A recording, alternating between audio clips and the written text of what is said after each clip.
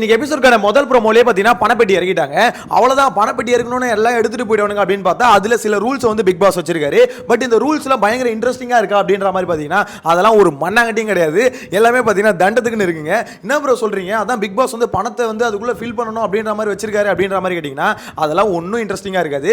என்ன மேட்டர் அப்படின்றத டீட்டெயில்டா சொல்றேன். இது வந்து சும்மா அப்படி சொல்றது அந்த பாவலகம் பாவன்னு சொல்லுவாங்கல்ல, கிட்டத்தட்ட அப்படிதான் பாத்தீங்கன்னா பிக் பாஸ் வந்து இந்த பணப்பெட்டி வச்சு சும்மா ஒரு ஆவாஸ் காமிக்கிறாரு, மற்றபடி எதுவும் இல்லை.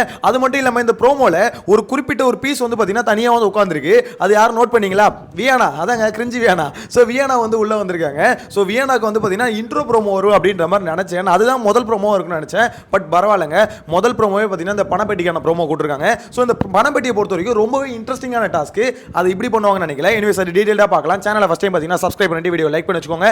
சோ இந்த பணப்பெட்டியை பொறுத்த வரைக்கும் நம்ம யார் எடுப்பாங்க அப்படின்ற மாதிரி எதிர்பார்த்தோம். இந்த இடத்துல அரோரா எடுப்பாங்க, இல்ல வந்து பாத்தீங்கன்னா விக்கல் சீக்கிரம் எடுப்பாரு அப்படின்ற மாதிரி எதிர்பார்த்தோம். அதுக்கேற்ற மாதிரியே பாத்தீங்கன்னா அந்த அரோராக்கு தான் அதுல இன்டென்ஷன் வந்து ரொம்ப அதிகமா இருக்கு. பணத்தை தூக்கணும்னு. இன்னும் ஒரு டிக்கெட் டு ஃபினாலே அந்த பொண்ணு வின் பண்ணிருக்கு. அப்ப டிக்கெட் டு ஃபினாலே வின் பண்ணதெல்லாம் வேஸ்டா அப்படின்ற மாதிரி கேட்டீங்கன்னா அதை வச்சு நாக்கா வலிக்கிறது இல்ல, புரியலையே. ஒரு வாரம் கடந்து போவ, அடுத்த வாரம் திருப்பி பாத்தீங்கன்னா ஃபினாலே. அவ்வளவுதானே, ஒரு வாரம் உன்னை காப்பாத்திக்கிறதுக்கு அது இருந்தா என்ன இல்லனா என்ன. சோ அதனால பாத்தீங்கன்னா அந்த பொண்ணை பொறுத்த வரைக்கும் ஒரே ஸ்கெட்ச், அது ரொம்ப கிளவர். அரோரா பொறுத்த வரைக்கும் ரொம்ப ரொம்ப கிளவருங்க. சோ அது வந்து பாத்தீங்கன்னா அந்த ஃபினாலேக்கு போகணும், நம்ம வந்து செகண்ட் பிளேஸ்க்கு வரணும், தேர்ட் பிளேஸ்க்கு வரணும் அப்படிலாம் இல்ல. ஒண்ணு கப் அடிக்க முடியுதான்னு யோசிக்கும், கப் அடிக்க முடியாது, சரி ஓகே அப்ப பணத்தை எடுத்துட்டு போய்டும். ரொம்ப கிளவரா யோசிக்கும். என்ன பொறுத்த வரைக்கும் ஃபுல் ஃபோக்கஸ் அந்த பொண்ணுக்குலாம் பாத்தீங்கன்னா பணப்பெட்டி மேல தான் இருக்கு. அதுக்கு அடுத்து இன்னொருத்தர் யாருன்னா விக்ரம்.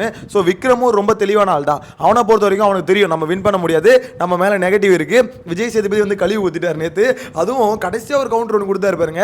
அதாவது சார் நான் நல்லவனா இருந்ததுனால நிறைய அனுபவிச்சேன் இந்த வீட்டில் அப்படின்னு விஜய் சேதுபதி அப்போ நோஸ் கட் ஒன்று பண்ணாரு பாருங்க. நீ நல்ல, அதாவது விக்ரம் ரெண்டு விஷயம் இருக்கு. விக்ரம் ஒன்று நல்லவனா இருக்கிறது, இன்னொன்று தன்னை நல்லவனா நினைச்சுக்கிட்டு எல்லார்கிட்டையும் நான் தான் நல்லவன் சொல்றது. ஸோ அந்த ரெண்டாவது கேட்டகரியில் என்னைக்குமே இருக்கக்கூடாது. நம்ம தான் நல்லவங்க அப்படின்ற மாதிரி ஒரு எண்ணம் இருக்கவே கூடாது அப்படின்ற மாதிரி பார்த்தீங்கன்னா பயங்கரமா ஒரு செருப்படி கொடுத்தா மாதிரி தான் இருக்கு விக்ரமுக்கு நேத்து. ஸோ அதுக்கப்புறமே விக்ரம் வந்து உணர்ந்திருப்பாரு நமக்கு கெட்ட பேர் இருக்கு.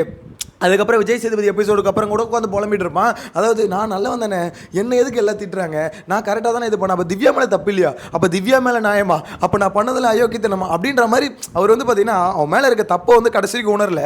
அது வந்து மக்கள் தப்பாக புரிஞ்சுக்கிட்டாங்க அப்படின்ற மாதிரி தான் சொல்லிட்டு இருந்தான். ஸோ அவனை பொறுத்த வரைக்கும் ஒரு தெளிவு வந்துருச்சு, நம்மளுக்கு ஆப்படிக்க போகிறாங்க அப்படின்ற மாதிரி. ஸோ பணத்தை எடுத்துகிட்டு போகிறதுக்கு எனக்கு தெரிஞ்சு அரோரா விக்ரம் இவங்க ரெண்டு பேருக்கு தான் அதிக வாய்ப்பு இருக்குன்னு வச்சுக்கோங்களேன். பட் நார்மலாக இந்த பணப்படி எடுக்கலாமா அப்படின்னு கேட்டிங்களா, கொஞ்சம் இன்ட்ரெஸ்டிங்காக மாற்றுறதுக்கோசம் இந்த பணத்தை வந்து நீங்களே ஃபில் பண்ணலாம் அப்படின்ற மாதிரி ரூல்ஸ் கொண்டு வந்திருக்காங்க. என்ன ப்ரோ நம்மளே எவ்வளோ வேணா ஃபில் பண்ணிக்கலாமா அப்படிலாம் இல்லை. ஒரு காரை ஒன்று நிப்பாட்டிட்டு அதில் அங்கங்கே பார்த்தீங்கன்னா பணத்தை பிக் பாஸ் கரன்சி சொல்லுவாங்கல்ல, ஸோ அந்த கரன்சியை போட்டு வச்சிருக்காங்க. முதல்ல பார்த்தீங்கன்னா 3 லட்சம், அந்த 3 லட்சத்தை நீங்கள் அதில் ஃபில் பண்ணிட்டீங்கன்னா அந்த 3 லட்சத்தை வந்து நீங்கள் எடுத்துகிட்டு போகிறதா தான் போகலாம். நெக்ஸ்ட் ஒரு அமௌண்ட் வச்சு அது வேற ஏதாவது ஒரு கான்செப்ட் வச்சு அதுலேருந்து ஃபில் பண்ண வைப்பாங்க. இன்கேஸ் அப்படி ஃபில் பண்ணி அதில் ஒரு குறிப்பிட்ட எப்படி எக்ஸாம்பிள் ஒரு ஸ்டார்டிங்கில் ஒரு 3 லட்சத்தில் ஆரம்பிச்சிருக்கா, இப்போ பார்த்தீங்கன்னா 3 லட்சம் அவங்க காருக்குள்ளே இருக்க அமௌண்ட்டு. ஆனால் அது எடுத்துகிட்டு வந்து எவ்வளோ ஃபில் பண்ணுவாங்கன்னு தெரியல. ஃபார் எக்ஸாம்பிள் 3 லட்சத்தில் வெறும் 50,000 மட்டும் இவங்க எடுத்துருக்கலாம், அந்த 50,000 மட்டும் இவங்க ஃபில் பண்ணியிருக்கலாம், அப்படி கூட இருக்கலாம். இல்லை 3 லட்சத்தில் வந்து பார்த்தீங்கன்னா 3 லட்சத்தை எடுத்துகிட்டு வந்து கூட ஃபில் பண்ணியிருக்கலாம். இன்கேஸ் அமௌண்ட் அந்த 3 லட்சத்தை வந்து ஃபில் பண்ணிட்டாங்கன்னா அந்த 3 லட்சத்தை பணம் பட்டி அப்படியே எடுத்துகிட்டு போகலாம். இல்லை அந்த 3 லட்சத்தை வந்து ஃபில் பண்ணலை, ஒரு 1.5 லட்சம் தான் ஃபில் ஆயிருக்கு அப்படின்னா வெயிட் பண்ணலாம். ஏன்னா நெக்ஸ்ட் அடுத்து ஒரு இது வரும். இதில் முதல்ல கலந்துக்கிறது வந்து பார்த்தீங்கன்னா சபரி அரோரா 2 பேரும் கலந்துக்கிறாங்க. எதுக்குன்னா அந்த கேஷ் வந்து ஃபில் பண்ணுறதுக்கு. ஃபில் பண்ணி வச்சதுக்கப்புறம் அவங்க தான் எடுக்கணும்னு அவசியம் இல்லைன்னு நினைக்கிறேன், யாரும் எடுத்துக்கலாம் நினைக்கிறேன். ஃபில் பண்றதுக்கு மட்டும் தான் ஆள் போறாங்க. ஸோ போன வாட்டிலாம் எப்படி இருந்தது எனக்கு தெரிஞ்சு, போன வாட்டி ரொம்பவே இன்ட்ரெஸ்டிங்காக இருந்தது. அந்த பணப்பட்டியை ஓடி போய் எடுக்கிறாங்கல்ல, அது வந்து பார்த்தீங்கன்னா ஒரு வாழ்வாசாவா போராட்டம் மாதிரி.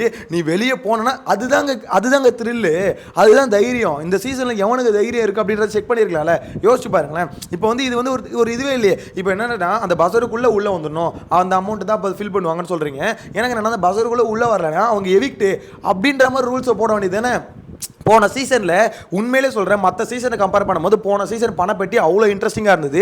கடைசி ஃபினாலே வீக் அவ்வளோ எங்கேஜிங்காக கொண்டு போனது காரணமே பணப்பெட்டி தான். அது காரணம் யார் சொல்லுங்கள், இந்த ரயனு முத்துக்குமரனு. ஸோ இவங்களாம் எப்படின்னா ஃபிட்னஸ் லெவலில் கொஞ்சம் நல்லா இருந்தானுங்க. அது மட்டும் இல்லாமல் ரொம்ப தைரியமான ஆளாக இருந்தானுங்க.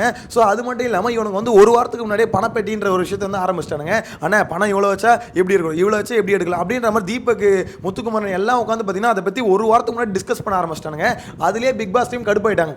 என்னடா என்னடா ஒரு வாரத்துக்கு முன்னாடி டிஸ்கஷனா பணப்பெட்டி வச்சா தூக்கிடலான்ற ஒரு எண்ணமா, இருங்கடி வைக்கிற ஆப்பு பணப்பெட்டி தானே வைக்கிறேன், ஆனால் நார்மலாக வைக்க மாட்டேன், கொஞ்சம் வந்து உங்களுக்கு ரொம்ப டஃப்பாக வைக்கிறேன் அப்படின்னு சொல்லிட்டு வச்சிருப்பாங்க.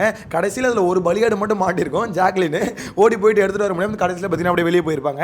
அதே மாதிரி இன்னொரு பலியாடு மாட்ட வேண்டியது எஸ்கேப் ஆயிடுச்சு. அது பீஸ் யார் சொல்லுங்கள், சௌந்தர்யா பாதியில் ஓடி போயிட்டு திருப்பி வந்தாங்களே. ஸோ இந்த 2 பீஸ் தான் ஆக்சுவலாக சிக்க வேண்டியது, அதில் ஒன்று எஸ்கேப் ஆயிடுச்சு, இன்னொன்று மாட்டிக்கிச்சு. என்னை பொறுத்த வரைக்கும் இன்ட்ரெஸ்டிங்காக இருந்ததா இல்லையா சீசன் 8 பொறுத்த வரைக்கும் அந்த பணப்பெட்டி அவ்வளோ இன்ட்ரெஸ்டிங்காக இருந்தது. மற்றபடி இந்த செலிப்ரேஷன் வீக் இருக்குல்ல, இந்த ஆடலும் பாடலும் அப்படின்ற மாதிரிலாம் வைப்பாங்க.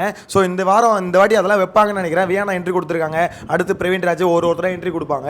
ஸோ இந்த என்ட்ரி கொடுத்ததுக்கப்புறம் இவங்க என்ன பண்ண போகிறாங்க, என்ன கண்டென்ட்டை உள்ளே கொண்டு வந்து கொட்ட போகிறாங்க அப்படின்னு தெரில.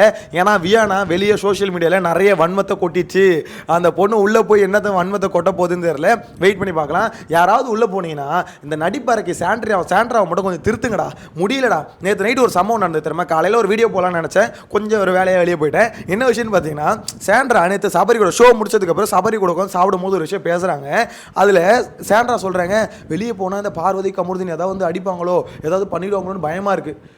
எம்மா நடிப்பாரைக்கு நீ ஆஸ்கார் அவர் ரேஞ்சுக்கு நடிக்காதம்மா தயவு செஞ்சு. அவனுக்கு என்ன இது என்ன புரியல, பார்வதியும் கமருதீன் என்ன கொலை பண்ணுறவங்களா, இல்லை ஏதாவது பாளையங்கோட்டை ஜெயிலையோ இந்த புழல் ஜெயிலையோ ஒரு 5-6 வருஷம் இருந்துட்டு வந்தவங்களா, எனக்கு புரியல. இந்த அம்மா கொடுக்குற பில்டப் அப்படி தான். உன்னை கார்லேருந்து தள்ளி விட்டாங்க, சரி அது தப்பு தான், அதுக்கு தான் மொத்த பேர் சேர்ந்து மொத்தணும். ஆனால் நீ கொடுக்குற பில்டப் எங்கே இருக்குது, வெளியே போனால் எதாவது பண்ணுவாங்களோன்னு பயமாக இருக்குது. எப்பப்போ அதான் உங்க கூட ஒரு ரவுடி வச்சிருக்கேன், அதான் பேப்பர் ரவுடி ஒருத்தர் இருக்கார், அவர் பார்த்துக்க மாட்டார். எனக்கு என்னென்னா அவ்வளோ மோசமாக சபரியே ஒரு மாதிரி பேசுகிறான். ஏங்க அவ்வளோ மோசமாலாம் என்னங்க அப்படிலாம் யோசிக்கிறீங்க? எனக்கு இதை பார்க்கும்போது உண்மையிலே சொல்கிறேன், வெளியே வந்து செவுலே சப்புன்னு 2 அடிக்கணும் போல இருக்குங்க. கமருதீன் போய் அடிச்சிடறா நீ, வெளியே ஒன்று யாரும் கேட்க போகிறது இல்லைடா, பின் என்ன வெறியாகுதுங்க. அந்த மாதிரி உட்காந்துன்னு ஏதோ அவங்கள வந்து ரொம்ப டீக்ரேட் பண்ணி, அவங்க வந்து டாஸ்கில் ஒரு விஷயத்தை பண்ணிட்டாங்க, டாஸ்க் இல்லாமல் ஒன்று எதாவது பண்ணாங்களா? நீ 2 நாளாக உட்காந்து நடிச்சுக்கிட்டு இருந்த, நீ நடிக்கிறதுன்னு அப்பட்டமாக தெரிஞ்சு போச்சு. உட்காந்து அந்த பார்வதியை பார்த்து பயந்து ஓடுறது, கமருதீனை பார்த்து கத்துறது, இதெல்லாம் அப்பட்டமான நடிப்பு. இந்த பேனிக் அட்டாக் வந்துட்டான், சரி ஓகே அதில் அட்டாக்லேயே தானே இருக்கணும். இவங்க நார்மல் ஆவாங்களா, 18+ ஜோக்கெலாம் போடுவாங்களா, திருப்பி கமருதீன் வந்தோன்னு பார்த்து கதறுவாங்களாம், திருப்பி பார்வதி வந்தோன்னு பார்த்துட்டு ஓடுவாங்களா? ஏய் சரியான பைத்தியத்தில் வீட்டுக்குள்ள விட்டு வச்சிருக்கீங்களா? எனக்கு உண்மையில சொல்ல, நேற்று நைட்டு சாண்ட்ரா பேசுறது கேட்கும்போது அவ்வளோ வெறியாச்சு. யார் மணி நீ இஷ்டத்துக்கு என்ன வேணா பேசியா? உன் ஃப்ரெண்டோட, அதாவது இப்படி விஜய் சேதுபதி வந்து உன் ஃப்ரெண்ட் அவர் ஃப்ரெண்டோட ஒய்ஃப் நீ அப்படின்னா உன் இஷ்டத்துக்கு அட்வான்டேஜ் எடுப்பேன், யார் மேலே வேணா என்ன குற்றச்சாட்டுன்னு வைப்பேன். நான் பார்வதி கமருதீன் ஒழுங்குன்னு சொல்ல வரல, 2 கேட்ட ஒரு கேரக்டர் தான், 2மா அப்படி தான் கேம் வரல, நாங்கள் இல்லைன்னு சொல்ல. ஆனால் நீ என்ன யோகியமா, நீ என்ன வார்த்தை விட்ட, ஏதோ இவங்க வந்து புனிதர் மாதிரியும் நீ என்னென்ன பேசுகிறேன், நீ பேசுனது உன் ஃப்ரெண்டு ஏதாவது உன்னோட எப்படி சொல்ல, விஜய் சேதுபதி வந்து கேட்கல, அவர் கேட்டிருக்கணும். அதை பார்வதியை வந்து பார்த்தீங்கன்னா தொடர்பு பண்ணி பேசுனேன், உன் புருஷனை வந்து பார்த்தீங்கன்னா கரெக்ட் பண்ண ட்ரை பண்ணுறாரு அப்படின்ற மாதிரி பேசுனேன், திவ்யா கூட வந்து பார்த்தீங்கன்னா மெர்ஜி பண்ணி பேசுனேன். ஸோ இது எல்லாத்தையும் நீ பேசணும்ல, உன் புருஷன் ஏதோ உலகத்திலே ஆனாலக மாதிரியும் அவர் எல்லாம் தூக்கி பாக்கெட்டில் போட்டுக்கணும்னு நினைக்கிற மாதிரி இந்த அம்மா வந்து பில்டப் கொடுத்துட்டு இருந்தாங்க. ஸோ இதெல்லாம் எடுத்து பேசணும்னு நினச்சா அசிங்கப்படுத்தி விட்டுடலாம். எனக்கு அந்த நேற்று வந்து சபரி கூட உட்காந்து பேசுறதை கேட்டோன்னு அவ்வளோ இரிட்டேட் ஆச்சு. யாரா இந்த அம்மா இஷ்டத்துக்குன்னு பேசுது, ஏதோ கமருதீனும் பார்வதி வெளியே வந்தோன்னு பார்த்தீங்கன்னா ஆள் வச்சு அடிச்சிடும். எனக்கு புரியல, ஆள் வச்சு உன்னை எதுக்கு அடிக்கணும், உனக்கு எது அடிக்கணும் எனக்கு அதாவது இதில் வந்து என்ன தெரியுமா, அந்த பயத்தில் இருக்க மாதிரியே பில்டப் கொடுக்குதுங்க அந்த பொம்பளை. உண்மையிலே சொல்கிறேன், சாண்ட்ரா வந்து ரொம்ப சீப்பு, ரொம்ப சீப்பாடுது. வெளியே போயிட்டாங்க, வெளியே அனுப்பிட்டேன். ஆக்சுவலாக வெளியே போயிடுச்சுங்க ரெண்டும், எல்லாம் ரெட் கார்டு கொடுத்துக்கு அவ்வளோ சந்தோஷப்பட்டோம், கொண்டாடணும் ஓகே. ஆனால் அவ்வளோ சீப்பாக இது கேம் ஆடுறேன், இது வந்து ரொம்ப சீப்பாக இருக்குது. வெளியே போனால் ஆள் வச்சு அடிச்சிருவாங்களோ அப்படின்னு எனக்கு இப்போ நீ பேசும்போது நானே ஆள் வச்சு அடிக்கணும் போல இருக்குது. எனக்கு வெறியாகுது. பின்ன யாரா இந்த, எனக்கு தெரிஞ்சு இந்த வாரம் எவிக்ஷனில் தயவுசெய்து தட்டி விடுங்கடா. எனக்கு அது இப்போ யோசிக்காமல் இருக்க வரைக்கும் கரெக்டாக இருந்தது, டக்குன்னு மைண்டில் வந்தோன்னு ரொம்ப ட்ரிகர் ஆகுது. எனிவேஸ் அதை கொஞ்சம் மறந்துட்டு, அதாவது சாண்ட்ரா தயவு செஞ்சு அதை பணப்பட்டியை மட்டும் எடுக்க விட்றாதீங்க, ₹1 இல்லாமல் அடிச்சு துரத்த விட்டுணும். உண்மையாக சொல்ல செம்ம கடுப்பாகுதுங்க. என்னங்க அவ்வளோ ஒரு பில்டப்பு, அப்படி என்னங்க பயம், எனக்கு ஒன்றுமே புரியல. உங்களோட கருத்தை மறக்காமல் கமெண்ட்டில் மென்ஷன் பண்ணுங்கள். நெக்ஸ்ட் வீடியோவில் மீட் பண்ணலாம். Bye by.